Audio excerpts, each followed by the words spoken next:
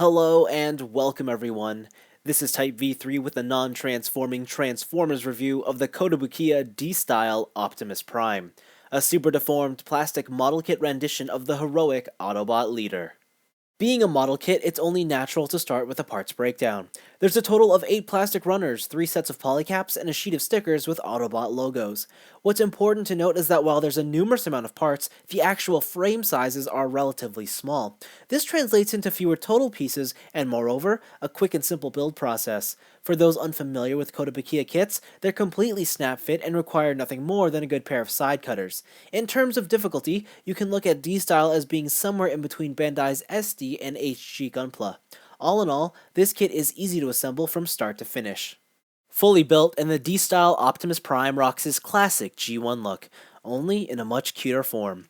I'm digging the proportions that Kotobukiya have gone for here. He's small, yet doesn't look completely harmless. The design is largely simple, though I do like how the boxy body parts have been slightly more pronounced, and the clear windows for the chest were a nice touch.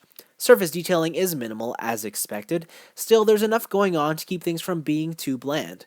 Then there's the head sculpt, which in my opinion is just about perfect for the style that this kit is going for. As for colors, this Optimus is going for complete cartoon accuracy, as made evident by the white waist and stomach, as well as the lack of yellow on the forearms and completely blue lower legs. His chest opens up to reveal an unpainted matrix, and this is one area you may want to consider touching up. Now, Koto themselves have gone and already painted in sections of the waist piece yellow, and when you combine that with the kit's fairly good part separation, there's nothing else that needs to be added.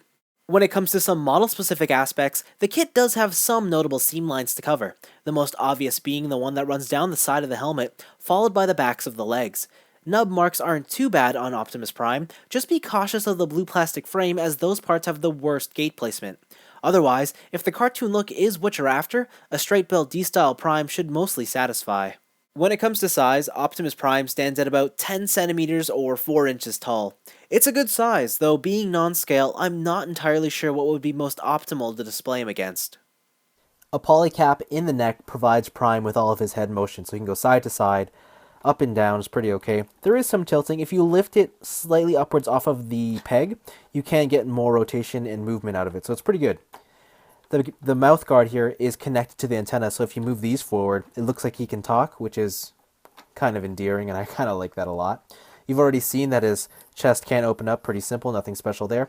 And the only articulation you get at the torso is a ball joint at the waist. Now what's special about this ball joint is that the torso is built around the polycap, so the whole thing is locked in there, so it doesn't matter what you do with it, you cannot separate them, and I really appreciate that. It means that this thing will never pop out. The shoulder's connected on a polycap, so that gives you a little bit of wiggle. You can rotate the thing fully.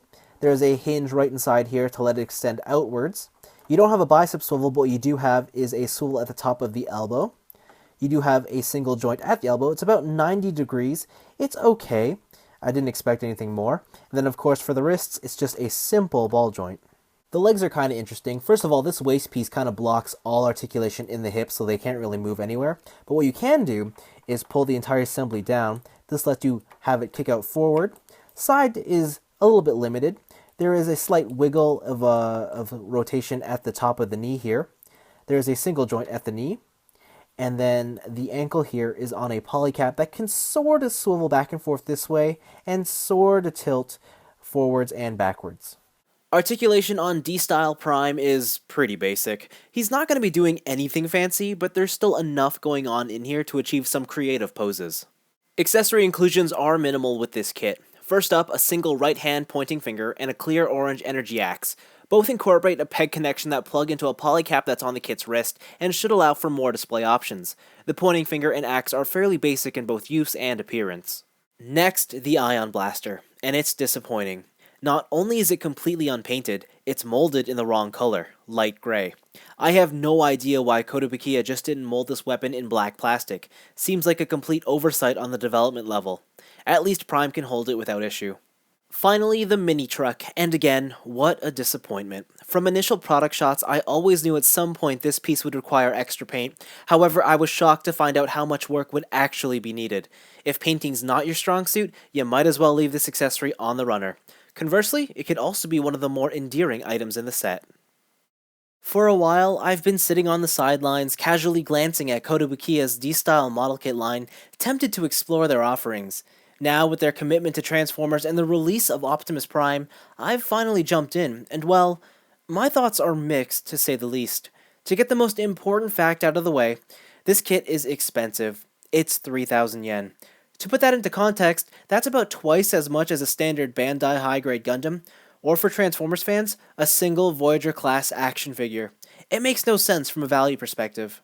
The minimal and unpainted accessories also don't help justify the kit's high cost. I mean, yes, this is still a model kit, and naturally some level of painting should be expected. Nevertheless, it blows my mind that certain pieces of plastic are already pre-painted, yet the gun can't be molded in the proper plastic color. It's downright frustrating. But here's the thing, the core of this release, Optimus Prime himself, is fantastic. The combination of super deformed aesthetics and high-grade engineering have been so well executed here. He suffers none of the common model kit problems either.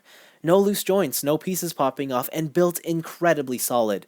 To top it off, as long as you're into the cartoon look, there's virtually no extra work required. Clearly there was some proper thought put into it. Look, this release has some glaring flaws, I won't deny that. Yet, it's simply fun. If you're feeling adventurous or are in the mood to try something different, then I have no problems recommending the D-Style Optimus Prime. No, it's not the most value-focused package out there. And you know what? Sometimes that's okay.